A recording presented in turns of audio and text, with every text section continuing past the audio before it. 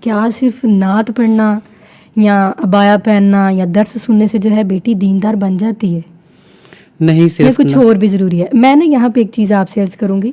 جی. چونکہ میں یونیورسٹی جاتی تھی تو لڑکیاں جو ہیں وہ گاڑی میں عبایا پہن کے آئی ہیں, حجاب کر کے آئی ہیں. اچھا. اور جب تھوڑا سا سفر ہمارا گزرا ہے اور اللہ اکبر کبیر اپنا عبایا جو ہے سب اتار دیتی ہیں. اللہ اکبر. تو یہ کیا ہے؟ یہ گھر کی تربیت ہے کہ اس کے دل میں جو ہے اتری نہیں ہے وہ چیز کہ عبایا کو وہ بوجھ سمجھ رہی ہے؟ تو اس کے بارے میں آپ اگر وہ راستے میں اتار رہی ہے, بوجھ سمجھ رہی ہے, تو میرے خیال میں اسے گھر میں ڈالنا نہیں چاہیے تھا.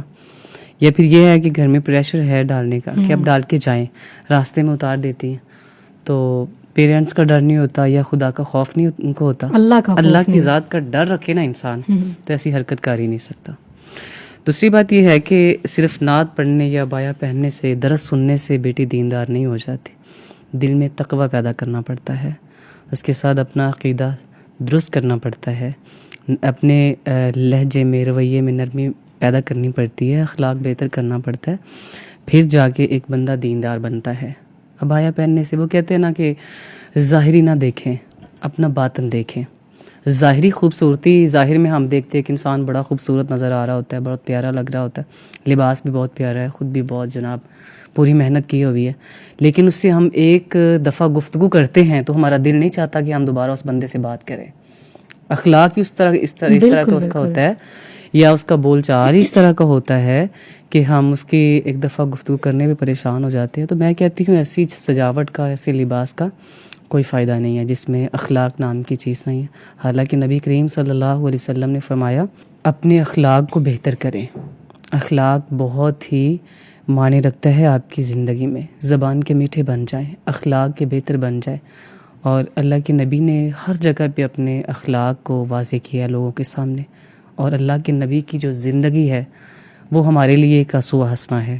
اخلاق کا درس بھی اللہ کے نبی نے دیا ہے. میں سوال کی طرف ہی آ رہی ہوں کہ اخلاق کا درس بھی دیا ہے, اپنے لہجوں میں نرمی پیدا کریں, اپنے جو ہے عقیدے کو درست کریں. اللہ کے نبی کے درس ہیں.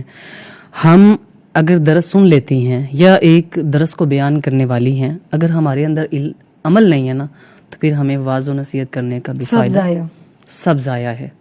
ہمیں سب سے پہلے عمل کرنا ہوگا. ہم عمل کریں گے تو ہی ہم آگے جا کے حدیث کو لوگوں کو بتا سکتے ہیں.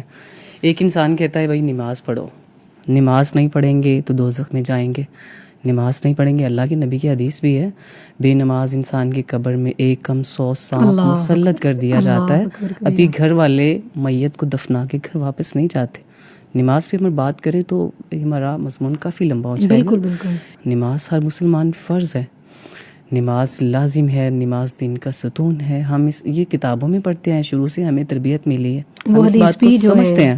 بین العبد و بین الکفر ترک الصلاۃ. بالکل. تو یہ ہے کہ ایک انسان, اس کویسچنس کے حوالے سے ایک خواتین لے لیں, چلیے عالمہ کو ہم لے لیتے ہیں, ایک معلمہ کو لے لیتے ہیں, جو لوگوں سے کہتی ہے کہ بھئی آپ نماز پڑھیں, نماز نہیں پڑھیں گے تو اب دوزخ میں جائیں گے, نماز نہیں پڑھیں گے گھر میں رزق کی برکت نہیں ہوگی رزق میں. اس طرح کی جب ہم باتیں لوگوں سے کرتے ہیں, خود ہم نماز نہیں پڑھتے, ہم بیٹھے ہوتے ہیں, کہتے ہیں بھائی آپ نے نماز کیوں نہیں پڑھی, اٹھے جا کے نماز پڑھیں. دوسری سے کہتے ہیں بھائی آپ نے نماز کیوں نہیں پڑھی, جا کے نماز پڑھیں. خود بیٹھے ہوتے ہیں, ایسے ہی ہمارا نماز کا وقت نکل رہا ہوتا ہے, تو پھر کچھ کہنے والی کہہ بھی دیتی ہیں بھائی اب خود نماز نہیں پڑھ رہے, ہمیں کہہ رہے ہیں. اللہ اکبر کبیرہ. تو یہ بھی ہمارے لیے شرم کی بات ہے.